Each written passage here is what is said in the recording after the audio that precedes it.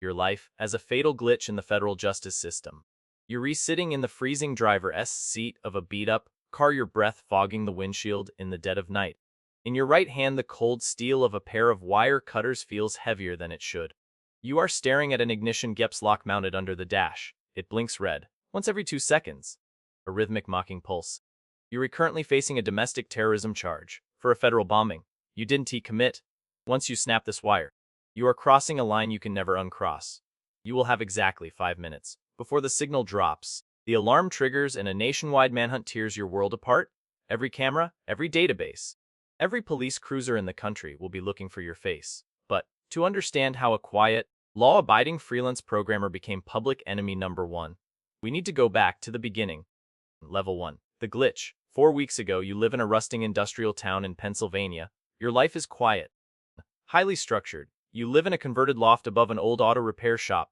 The air always smells faintly of motor oil and old metal. You wake up at exactly 6 a.m. every day. You grind your own coffee. You sit at your custom-built desk, bathed in the sterile blue light of 3 monitors, and you analyze massive data sets for corporate clients. Until the sun goes down. You are a creature of habit. Numbers make sense to you. Code is predictable. It follows strict, undeniable rules. If X equals Y, then Z happens. You like it that way. You trust the math. It starts with a knock. Tuesday morning. Not a battering ram, not flashing sirens. Just 2 men standing at the bottom of your wooden stairs. They are wearing crisp, dark suits that look entirely out of place next to the rusted-out car frames in the lot below. They hold up gold shields. They are polite, almost casual. They ask if you have a few minutes to talk about an IP address. They mention a router ping and a server log from a data center that was bombed 3 days ago. They are not accusing you of anything. They just want to clarify a few digital anomalies. You invite them up. You offer them water. You are a data analyst, which means you believe fundamentally in transparency. You believe that logic is an impenetrable shield for the innocent. If you didn't do it, the data will prove you didn't do it. They ask about your network setup. They look at your 3 monitors. Then, the lead agent asks if you'd be willing to let their field technician pull a mirror copy of your hard drives. Just a routine exclusion, he says, his voice flat and reassuring. Just to officially cross your name off the list. A smart man, a paranoid man, would ask for a warrant. He would call a lawyer. But you say, yes, because in your mind, innocent people with clean hard drives don't need lawyers. Hiring a lawyer makes you look defensive. Hiding your data makes you look guilty. You sit on your worn-out couch and sip your coffee. You watch a federal technician plug a heavily encrypted drive into your machine. You watch the progress bar fill up, byte by byte, taking a complete snapshot of your entire digital existence. When it hits 100%, they pack up their gear. They shake your hand. They thank you for your complete cooperation. They walk down the wooden stairs and drive away. You sit back down at your desk. You look at your monitors. The code is still there. The numbers are still the same. Everything feels completely normal. You don't realize that you have just handed them the exact weapon they are going to use to destroy your life. Level 2, the erasure. 48 hours later, the logic of your world begins to break. It doesn't happen with an explosion. It happens in absolute silence. Your primary client, a massive logistics firm you've worked with for 3 years, sends a one-line email terminating your contract effective immediately. There is no explanation, no phone call, no thank you for your service, just a hard, digital severing. You try to log into your freelance portal to check your balance. Access denied. A knot forms in your stomach. You walk 3 blocks to the local AM to pull cash for groceries. You slide your debit card into the slot. The screen blinks red. Account temporarily restricted. You stand there on the sidewalk, the cold wind biting at your face. And you call the bank. The customer service rep puts you on hold for 20 minutes. When she finally comes back, her voice is tight and completely devoid of its usual rehearsed warmth. She tells you to visit a physical branch with 2 forms of government aid, then hangs up before you can ask why. The panic doesn't hit all at once. It seeps in, cold and slow. You realize with mounting horror that you are a ghost, being systematically erased from the digital grid.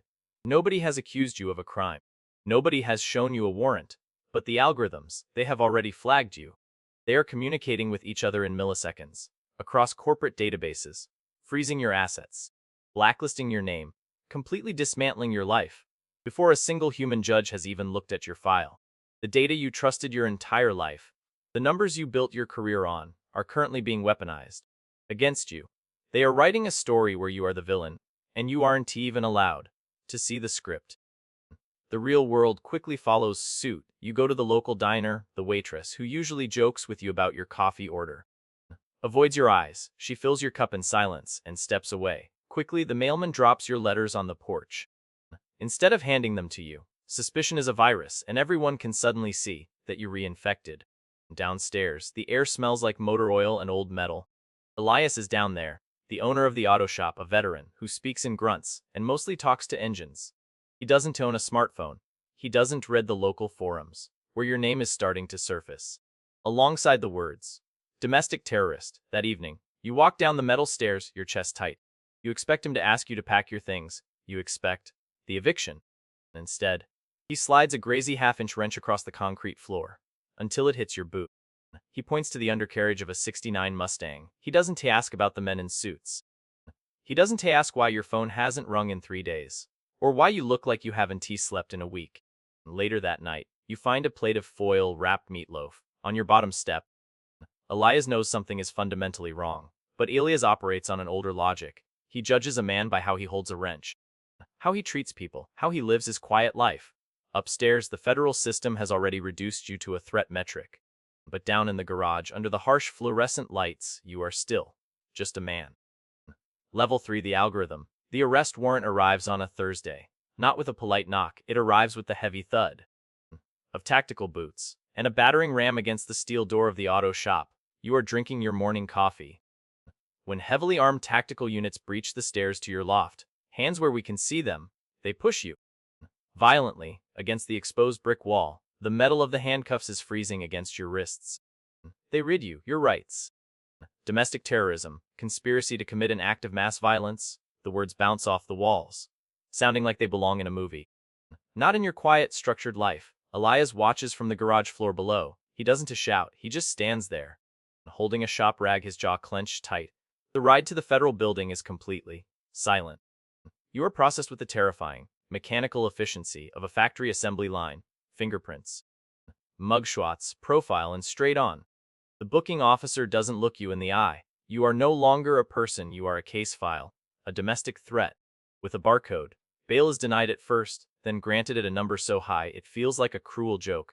$500,000, the judge confiscates your passport, they place a federal travel ban on your name, and they force a technician to install an ignition interlock caboose under the steering column of your beat-up car. You can drive to the grocery store. You can drive to your lawyer's office.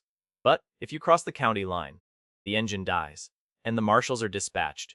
You sit in a cramped, windowless conference room with your lawyer, a public defender, who looks like she hasn't slept in a decade. She slides a thick manila folder across the table. This is discovery. This is the story the government is going to tell about you. It's devastating.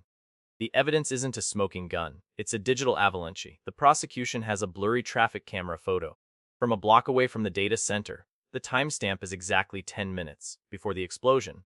The figure in the photo is wearing a hoodie, but the facial recognition pinged it as a match to your driver's license photo. But that's not the worst part.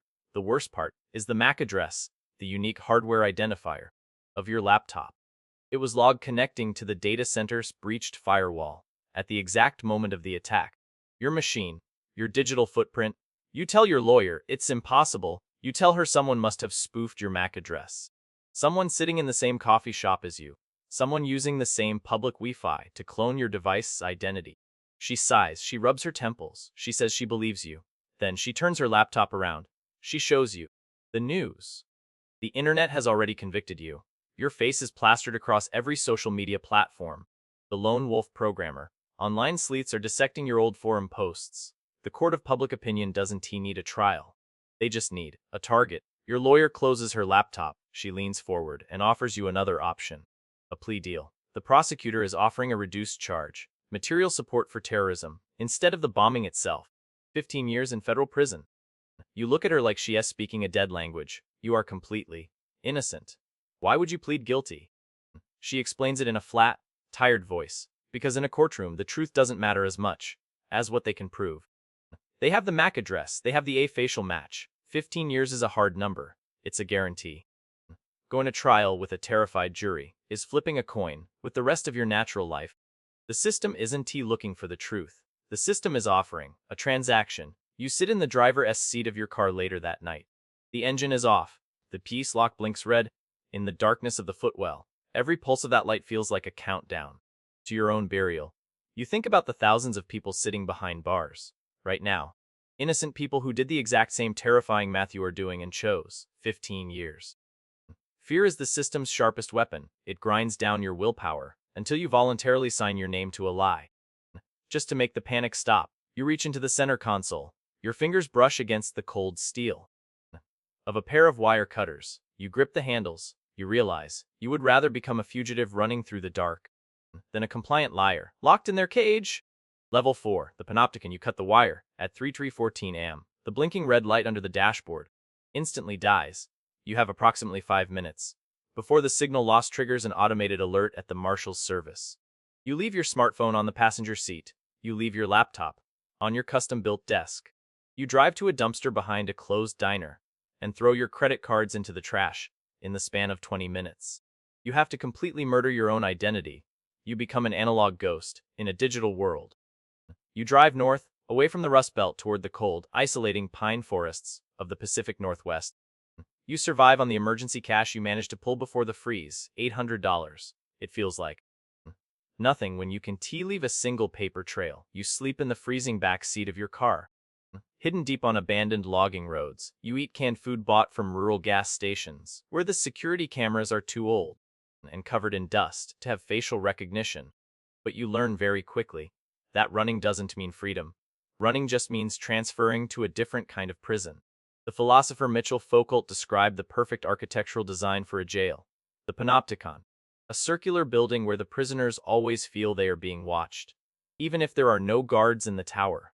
When you are a federal fugitive, the entire world becomes that architecture. Every security camera, every passing police cruiser, every stranger who glances at you for half a second too long, they all become invisible guards. You self-police your every movement. You change your gait. You wear hats pulled low. You don't make eye contact. The system doesn't need to lock you in a physical cell to punish you. By branding you a terrorist on national television, they force your own paranoia to become your strongest set of bars. Week 3. The spy realizes they can find your digital footprint, so they pivot, they target your anchor. 2 black subs block the entrance to the auto shop. Tactical agents string yellow crime scene tape across the garage bays. They seize Elias' tools. They freeze his business accounts. They cut off the old man's only source of income. They sit Elias down in a folding chair in the middle of his empty shop. They play the bad cop and the worst cop. They tell him he is facing 20 years for harboring a fugitive and obstructing justice. They push a blank piece of paper across the table. They demand he write down where you went. They think Elias is a weak link, a civilian who will crumble under federal pressure. What the agents don't know and don't care to ask is why Elias refuses to speak. 4 years ago, Elias' wife passed away from pancreatic cancer. In the final devastating weeks, a power surge fried his old desktop computer, the one containing every digital photo, every video, every voice note of his wife. You found him sitting on the garage floor, completely broken. You didn't offer empty platitudes. You carried the tower up to your loft and spent 72 straight hours writing a custom script to bypass the corrupted sectors of the hard drive. You recovered every single memory. The spy looks at Elias and sees leverage. They don't understand that for a man like Elias, loyalty isn't a strategy, it's a debt, paid in full. During the darkest moment of his life, Elias pushes the piece of paper back across the table. He looks the lead agent dead in the eye and tells him to get off his property. Level 5. Day 114. You are sitting in a diner that smells like bleach and old coffee. Somewhere near the Canadian border, you are reading a newspaper someone left in the booth. Your eyes scan past the local politics and stop dead on a small headline in the national section. Suspect apprehended in federal data center bombing. You stop breathing. You read the article. Then you read it again. They caught him! The real bomber. A disgruntled former contractor who had been planning the attack for over a year. But as you read the details of his confession, the true horror of your own nightmare starts to bleed through the ink. There was no coincidence. The bomber confessed to using a network spoofing tool a week before the attack. He sat 2 tables away from you. In your regular coffee shop, he drank an espresso. He opened his laptop. He scanned the public Wi-Fi network and found your machine. In less than 3 minutes, he cloned your MAC address. When he breached the federal firewall, the digital footprint he left behind wasn't his. It was yours. But that doesn't explain the facial recognition. That doesn't explain the traffic camera photo. The prosecutor used to force you into a corner. The article continues. An investigative journalist leaked a damning internal memo from the prosecutor's office. It details the initial analysis of the blurry suspect footage, the facial recognition software. Didn't he confirm it was you? It generated a confidence score, 45%. The algorithm explicitly stated it was a weak match, a digital guess, based on the shape of a jawline hidden under a dark hoodie. But the prosecutor ignored the low percentage. They had the spoofed MAC address. They had a convenient narrative.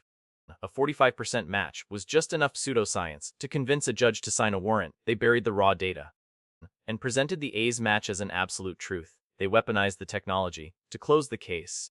We are taught to believe that our digital identities are concrete, that data doesn't lie. But there is a fatal blind spot in modern justice. You don't need to do anything wrong. To become a suspect, you just need to exist. A cloned MAC address is the modern equivalent of secondary data transfer. It's a biological ghost story, translated into ones and zeros. The machine didn't lie. The machine said maybe. The people running the machine are the ones who turned maybe into a manhunt. You set the newspaper down. Your coffee is ice cold. The real bomber is in federal custody. The terrorism charges against you will inevitably be dropped. But as you look at your reflection in the diner window, the overgrown beard, the exhausted eyes, the face of a man who hasn't used his own name in 4 months, you realize the hardest part is yet to come. The truth doesn't set you free. Not when you're still running. Level 6. The scars of freedom. You drive an hour through the snow to find a working payphone. The glass of the booth is shattered, and the wind is freezing. You feed quarters into the slot and dial the only number you still remember by heart. Elias picks up on the third ring. He doesn't say hello, he just breathes. You tell him it's over. The real bomber is caught. There is a long pause on the other end. Then Elias speaks, his voice gravelly and quiet. He says he saw the news, and he's going to drive up and get you. You tell him, no. You tell him you have to do this part alone. The terrorism charge will be dropped, but the flight charges want to be. Fleeing a federal warrant is a crime. Regardless of your innocence, you tell him you're returning yourself in. Elias goes quiet again. Then, he says the only thing that matters. I never doubted you, he says. Not when they came to the shop. Not when they threatened my pension. Not for a single second. The tightness in your chest, the knot you've carried for 4 months, finally breaks. You hang up the phone. You drive to the nearest federal building. Walk through the front doors with your hands raised. And surrender to the system that almost destroyed you. The resolution is cold and entirely bureaucratic. The terrorism charges vanish into thin air. The prosecutor doesn't look at you. The judge doesn't apologize. They simply pivot to the secondary charge. Tampering with a federal tracking device, fleeing jurisdiction. The judge bangs the gavel. 14 months. In federal prison, you breed us over. But the relief is bitter. The media calls it a full exoneration. The public thinks exoneration is a magic reset button. It isn't. Closing a file doesn't restore a life. Exoneration does give you back the clients who blacklisted you. It doesn't rebuild the savings you drained to survive in the freezing woods. It doesn't erase the phantom sound of sirens that still makes your heart race in the middle of the night. The justice system can make a catastrophic error, dismantle your entire reality, and when they finally realize they were wrong, they just pack up their paperwork and walk away. From the wreckage, they don't help you rebuild the foundation. In the eyes of the law, your innocence isn't a victory, it's just a belated ceasefire. You survived the gears of the machine. But a piece of you will always be stuck inside it. 14 months later, a Wednesday morning, Elias is waiting for you outside the prison gates. He is leaning against his truck. He doesn't hold up a sign. He doesn't offer a dramatic speech. He just opens the passenger door. You drive back to the Rust Belt. Your bank accounts are empty. Your professional reputation is gone. You are essentially starting over from zero. You walk up the wooden stairs to the loft above the shop. It is exactly as you left it. Dusty, quiet, safe, but you don't log on to a computer. You don't look at any data. You walk back downstairs. The air smells like oil and iron. Elias is standing under the hood of the '69 Mustang. He hands you a socket wrench. Without looking up, there is no swelling music. There is only the metallic clink of tools against an engine block. You stand there, a man who lost everything to a cold calculating system. But as you tighten the bolts, working in silence beside the only person who never turned his back on you, you realize something profound. You are using your bare hands to rebuild an engine, and piece by piece, you are going to rebuild your life.